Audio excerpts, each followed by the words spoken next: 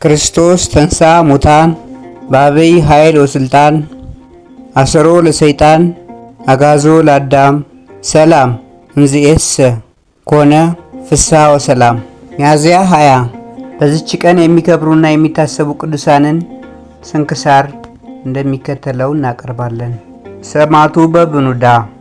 አንድ አምላክ በሚሆን በአብ በወልድ በመንፈስ ቅዱስ ስም ሚያዝያ 20 በዚች ቀን ደንደራ ከሚባል አገር ደግሞ ልበደራ ከሚባል አገር ቅዱስ በብኑዳ በሰማዕትነት አረፈ።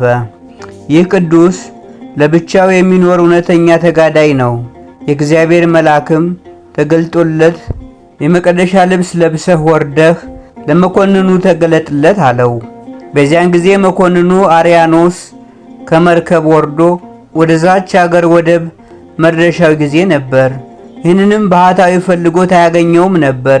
እነሆ ቅዱስ በብኑዳም በፈቃዱ መጥቶ ወደ መኮንኑ ሄዶ በክብር ባለቤት በጌታ ኢየሱስ ክርስቶስ የማምን በግልጥ እኔ ክርስቲያን ነኝ ብሎ በታላቅ ቃል ጮኸ።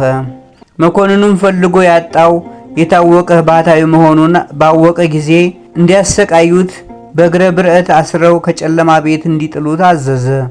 በዚያን ጊዜም ብርሃን ወጣ።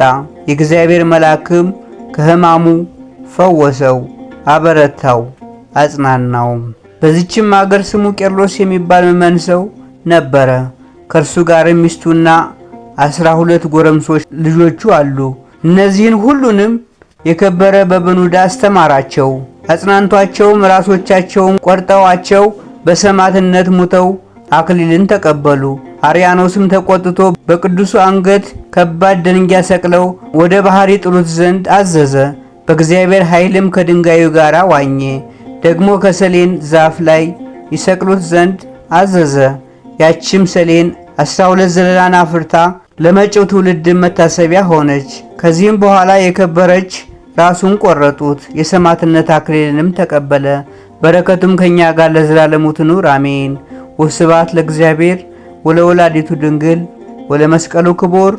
ይቆየን። የተባረከ ጊዜ ይሆንላችሁ።